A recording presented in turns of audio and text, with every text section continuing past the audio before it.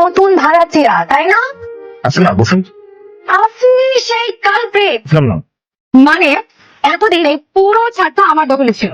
বাবাকে বলেছিলাম এই ছাদটা যেন কাউকে ভাড়া না দেয়, এই রুমটাতে আমি থাকবো। আবার নতুন করে আমি সুন্দর করে একটা পুরো ছাদ জুড়ে একটা জগৎ বানাবো, কিন্তু আপনি এসে শেষ মুহূর্তে একটা বাধা বাজাই দিচ্ছেন। দেখুন, আমি তো আপনাদের পারিবারিক বিষয় নিয়ে অবহিত ছিলাম না। আসলে আপনাকে দোষ দিয়েও তো লাভ নেই, কিন্তু এই পুরো ছাদে তো দখল আপনাকে দেওয়া যাবে না। আমি যখন ছাদে আসবো আপনাকে যেন আমি না দেখেই ছাদে হাঁটাহাঁটি করতে।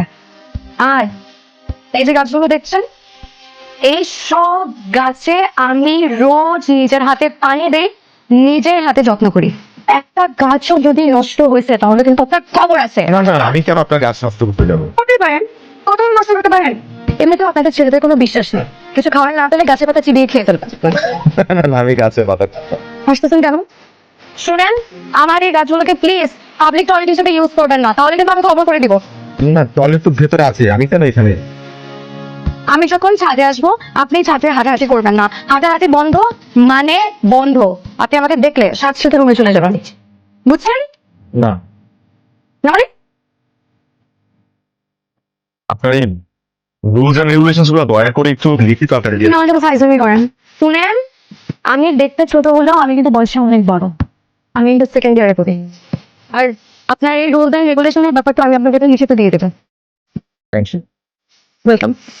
আপনার নামটা এটা জানা বলো না। আমার নাম কাজল, আপনার নাম? আমি শাওন। আপনার নাম?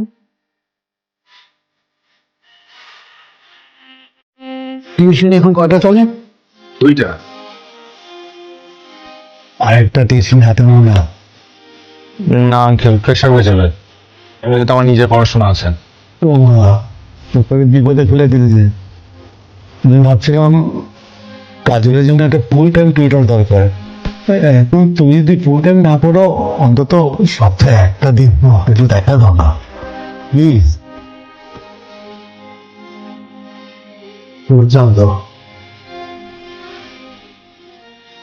কাজলের বাবা এই কথাটা যদি আগে বলতো, তাহলে আমি বাকি 2টা টিউশনই মনের খুশিতেই ছেড়ে দিতাম। পড়ানোর থেকে বেশি আমি কাজলের দিকে তাকিয়ে থাকার বিষয়ে সিদ্ধহস্ত ছিলাম। বাকি ভার্স টিচার একটা। কি ভাইয়া, আপনি আমার কথাই শুনছেন না। শুনছে তো? কত শুনছেন? আমি এতক্ষণ আপনাকে মারিয়ার ব্যাপারে বলছিলাম। কোন মারিয়া? দেখ, আপনার সাথে কথাই বলবো। আপনি না এখন আমার লেভেলে নেমে আসছেন। হ্যাঁ, পড়াশোনার ব্যাপারে আমার মনোযোগ যেমন, আমার ব্যাপারে আপনার মনোযোগ ঠিক তেমন। বলো মারিয়া, কি হয়েছে? না, বলবো না। আচ্ছা, আপনি শুনেন না মায়ের কি হয়েছে। মায়ের বাসায় আপনার মতো একটা বই ব্যথা পড়াইতো। বুড়িয়া? আপনার মতো না, আপনার থেকে একটু বয়স বেশি আর কি। কি হয়েছে ভাইয়া জানেন? ওই বুড়া বেটা তো রীতিমতো মারিয়াকে শুধু পড়ায় নাই, পড়াইতেছে। মারিয়া তো ছোট মানুষ, বুঝেন না, আমার থেকে বড় গাড়ি। এই কারণে বুড়া বেটার প্রেমে পড়ে একদম হাঁপুডু বুকে ডুবে ডুবে যে অবস্থা।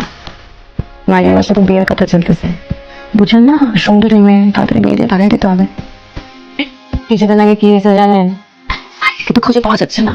শুধু মারিয়াকে না, মারিয়াকে যে বাসায় করে তো বুঝা বেতন, ওইটাকেও খুঁজে পাওয়া যাচ্ছে না। এখন বুঝেন কি অবস্থা? বুঝলাম। কি বুঝলাম? মারিয়া খুব গরিব একটা কাজ করেছে। গরিব তো সে আবার কি? আচ্ছা বাদ দেন না, আমার তো খুব শখ, বুঝছেন, আমি পার্লারে যাবো। আমার সাথে যদি কখনো এরকমই ঘটনা ঘটবে, আমি তো শিওর আমি পার্লারে যাবো। মারিয়া, ভাইয়া আপনি বুঝতে পারেন কি বলবো?